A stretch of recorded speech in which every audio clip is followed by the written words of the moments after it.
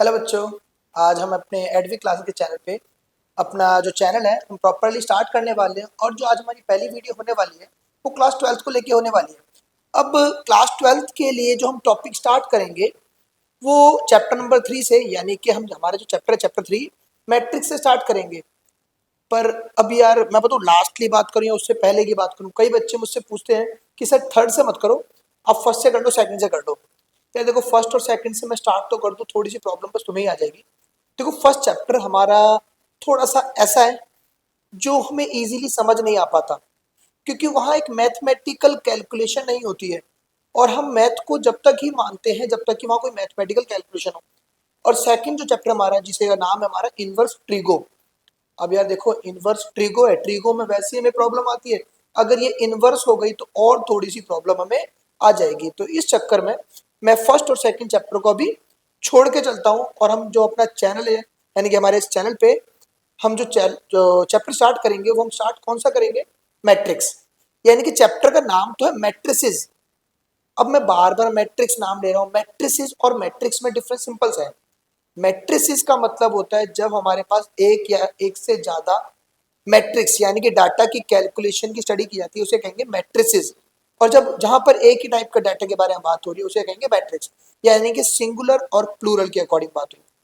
अब भाई देखो, बात आती है कि मैट्रिक्स क्या है। तो मैट्रिक्स के लिए सिंपल सी बात समझनी है कि जैसे लास्ट ईयर 11th क्लास के अंदर हमारे एक पहला चैप्टर आया था सेट्स। सेट्स में हमने क्या पढ़ा? सेट्स में हमने पढ़ा कि कोई डाटा है, वेल डिफाइंड डाटा को अगर हम रो वाइज, यानी कि हमारे पास जो करली ब्रैकेट है उन करली ब्रैकेट के अंदर डाटा को रिप्रेजेंट किया जाता है, तो उस रिप्रेजेंटेशन को हम सेट्स कहते हैं। अब ये चैप्टर भी वहीं से हमारा कनेक्ट है। कैसे कनेक्ट है? अगर कोई well defined data square bracket के अंदर रिप्रेजेंट किया जाता है, यानी कि row wise and column wise, तो उस डाटा की रिप्रेजेंटेशन को हम क्या कहेंगे? हम कहते हैं मैट्रिक्स। अब ये तो था हमारा मैट्रिक्स क्या होता है। अब मैट्रिक्स के बारे में कुछ छोटी छोटी बातें और हैं। जैसे सबसे पहले टाइप्स ऑफ मैट्रिक्स आते हैं। पहला होता है हमारा रो मैट्रिक्स। अब देखो, नाम से समझ आ रहा है, रो है, यानी कि एक ऐसा मैट्रिक्स जहां ओनली वन रो हो, यानी कि सारा डाटा हॉरिजॉन्टल लिखा जाएगा। अब हॉरिजॉन्टल है, रो तो एक होगा, कॉलम हमारे कितने भी हो सकते हैं। सेकंड नंबर पे आता है हमारा क्या? Column matrix. कॉलम आ गया यानी कि हमारा वर्टिकल होगा, डाटा जितना भी लिखा जाएगा वर्टिकली लिखा जाएगा। यहाँ कॉलम तो एक होगा, रो कितने भी हो सकते हैं।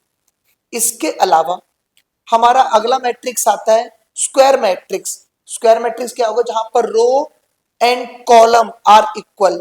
अब एक छोटी सी बात और याद रखना कि मैट्रिक्स के अंदर जो रो लिखे जाते हैं उस रो को रिप्रेजेंट किया जाता है एम से, और कॉलम को लिखते हैं हम एन से, यानी कि इसके ऑर्डर को हम क्या बोलेंगे? M by n. इसके बाद हमारा जो आगे आता है रेक्टेंगुलर मैट्रिक्स। रेक्टेंगल आ गया, इसका मतलब रो और column both are not equal. Example के लिए 2/3 का एक मैट्रिक्स होता है, 3/2 का होता है, 4/3, 5/3, ऐसा कुछ भी जहां पर रो कॉलम आपस में इक्वल नहीं आएंगे। इसके बाद में हमारे पास आता है अगला क्या? अभी तक मैंने कौन कौन से बोले? Row matrix, column matrix, square matrix, rectangular. फिर आता है हमारा एक आता है डायगोनल मैट्रिक्स। डायगोनल मैट्रिक्स की बात आ रही है तो डायगोनल मैट्रिक्स एक ऐसा मैट्रिक्स होगा जहां पर डायगोनल में तो एलिमेंट लिखे जाएंगे, बाकी के अदर एलिमेंट जीरो होते हैं। अब एक और चीज कई बार हमें कंफ्यूजन आती है, डायगोनल कौन सा होगा? अगर हम स्क्वायर की बात करते हैं, डायगोनल ऐसे भी आ रहा है ऐसे भी आ रहा है, तो स्क्वायर मैट्रिक्स के अंदर डायगोनल हम किसको मान के चलते हैं? जहां उनका ऑर्डर सेम हो, यानी कि A11, A22, A33, यानी कि जब रो और कॉलम इक्वल है तो उसे डायगोनल कहेंगे, और जहां रो कॉलम इक्वल नहीं आ रहा उसे डायगोनल नहीं कहेंगे। तो ये तो हो गया हमारा क्या? डायगोनल किसे कहते हैं। फिर इसी के बाद अगला पार्ट आता है स्केलर मैट्रिक्स। स्केलर क्या होता है? जहां डायगोनल पे जितने भी एलिमेंट आएंगे वो सारे सेम होते हैं। जैसे 1 1 1 हो सकता है, 2 2 2 हो सकता है, 3 3 3 हो सकता है। अब देखो, डायगोनल और स्केलर में डिफरेंस है।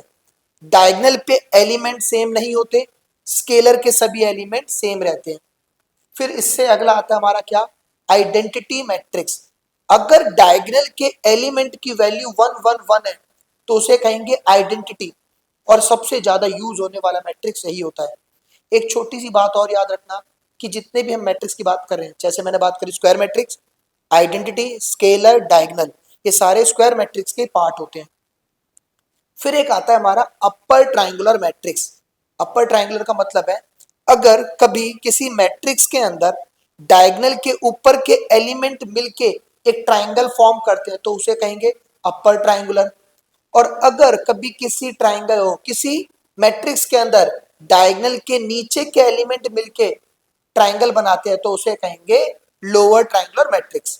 अब दोनों में एक डिफरेंस याद रखना, अगर डायगोनल के ऊपर एलिमेंट है और नीचे के जीरो है तो अपर है, लोअर वाले में नीचे एलिमेंट होते हैं अपर के एलिमेंट जीरो होते हैं। इसके आगे आता है हमारा लास्ट मैट्रिक्स जिसे कहते हैं जीरो मैट्रिक्स। जीरो नाम आ गया, हम समझ जाएंगे अपने आप ही एक ऐसा मैट्रिक्स है जहां सभी एलिमेंट जीरो जीरो होने वाले हैं। तो देखो आज के लिए हम इतना करते हैं, ये हमारा बिल्कुल बेसिक पार्ट है, यानी कि हमारे पास मैट्रिक्स क्या होता है। बस आगे की क्लास में हम पढ़ेंगे मैट्रिक्स अलजेब्रा, यानी कि जो नॉर्मली हम 9 10 तक अलजेब्रा पढ़ते हैं, अलजेब्रा का एक पार्ट आता है मैट्रिक्स की अलजेब्रा, तो उसके बारे में हम करेंगे कल। ठीक है, ओके, थैंक यू बच्चों।